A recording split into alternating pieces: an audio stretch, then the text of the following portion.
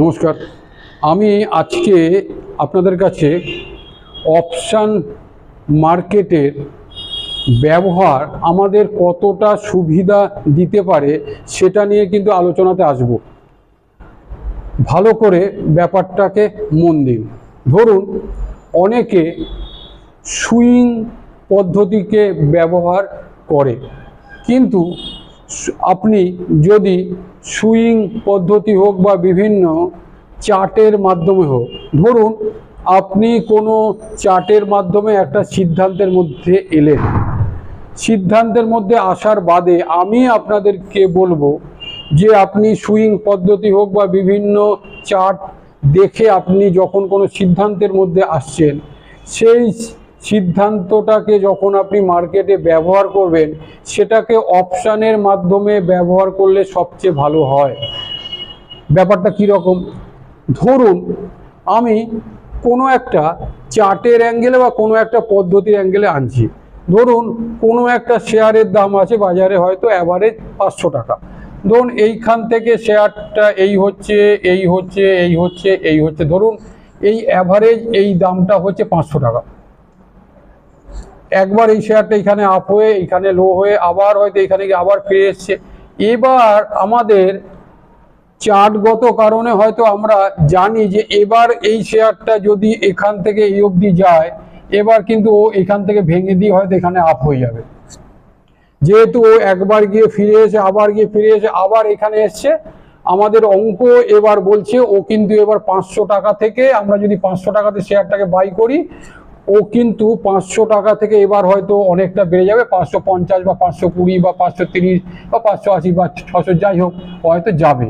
কিন্তু একবারও কি আমরা ভেবে দেখেছি এই যে আমরা অঙ্কগুলো বা এই যে আমরা চার্টগুলোকে নিয়ে আমাদের অঙ্কটাকে সাজাই? ধরুন মার্কেটটা এখান থেকে গিয়ে এই হয়ে এই এসছে, এবার আমরা 500 টাকাতে যখন এলো আমরা এই শেয়ারটাকে বাই করলাম যে এবার কিন্তু শেয়ারটা সব কিছু ভেঙে বেরিয়ে যাবে।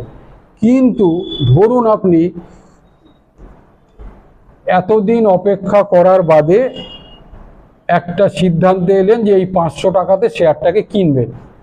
এবার আপনি হয়তো এই 500 টাকাতে শেয়ারটাকে কিনলেও, কেনার বাদে এমন কোনো অঘটন ভারতে, আমেরিকাতে বা সারা পৃথিবীতে এলো যে এই 500 টাকাতে কেনা মাত্র শেয়ারটা হয়তো এসে গেল 450 টাকা। এবার এমন কোনো অঘটন যে সারা পৃথিবীতে হবে না সেটা আমার আপনার হাতে নেই। তাহলে আপনি সব কিছু ভেবে চিনতে 500 টাকাতে যখন শেয়ারটাকে কিনছেন, সেই সময় হয়তো কোনো অঘটন সারা পৃথিবীতে কোথাও না কোথাও যদি হয়, সেক্ষেত্রে সারা শেয়ার বাজার লো হয়ে গেছে, আপনারও কিন্তু 500 টাকার শেয়ারটা হয়ে গেছে 450 টাকা। আর আপনি হয়তো আমাকে এই পয়েন্টটা বলবেন যে আমি হয়তো 500 টাকা শেয়ারটাকে 490 টাকা স্টপ লসে আটকে দেবো। ঠিক আছে, কিন্তু স্টপ লসও তো এক ধরনের লস।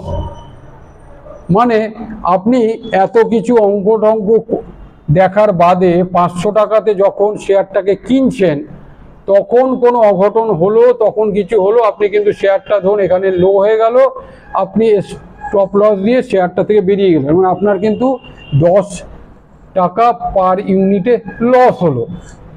কিন্তু আমি আপনাদেরকে বলবো যে যদি আপনারা এই ধরনের কোনো পদ্ধতি দিয়ে একটা সিদ্ধান্তের মধ্যে এলেন যে এবার শেয়ারটা আপ হবে ভাবলেন, তাহলে কিন্তু আপনারা সরাসরি শেয়ারটাকে মার্কেট থেকে ইকুইটি মার্কেটে 500 টাকা দামে না কিনে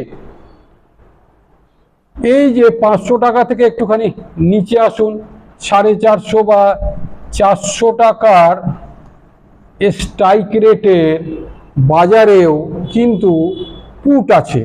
হয়তো 400 টাকা স্ট্রাইক রেটে বাজারে হয়তো পুটের দাম ধরুন 10 টাকা আছে, আমি হয়তো এটা একটা এমনি বলছি। ধরুন ওই সময় ওই 500 টাকা দামের শেয়ারটার 400 টাকা দামের স্ট্রাইক রেটের একটা বাজারে দাম আছে 10 টাকা। তাহলে তখন আমি আপনাদেরকে কি বলবো, সরাসরি ইকুইটি মার্কেটে 500 টাকাতে শেয়ারটাকে না কিনে 400 টাকার স্ট্রাইক রেটে যে পুট বাজারে আছে সেটাকে বেচে দিন। কেন আমি এই ব্যাপারটা আপনাদের সামনে আনছি, ধরুন এখান থেকে আপনারা যে মুহূর্তে শেয়ারটাকে কিনলেন, যদি শেয়ারটা এখান থেকে আপ হয়, এও আপ হবে, এইখান থেকে আপনার এটা আয় হয়ে যাবে।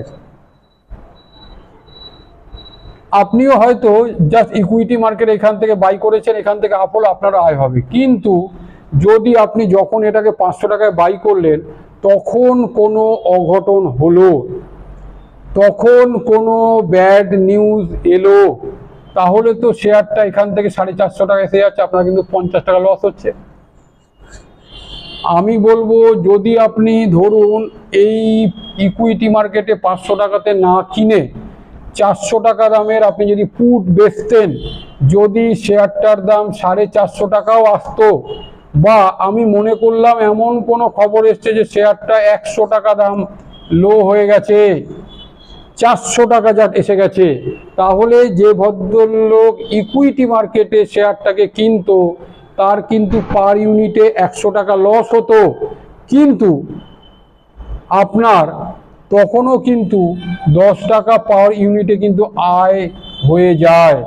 তাই যখন আপনি কোনো একটা শেয়ারের ব্যাপারে কোনো একটা পদ্ধতি অবলম্বন করে মনে করলেন এখান থেকে শেয়ারটা বাড়তে পারে, সরাসরি ইকুইটি মার্কেটে ওই শেয়ারটাকে না কিনে ওই দাম থেকে 50 টাকা বা 100 টাকা কমের যে পুট বাজারে আছে, সেই পুটটাকে বাজারে বেচে দিন।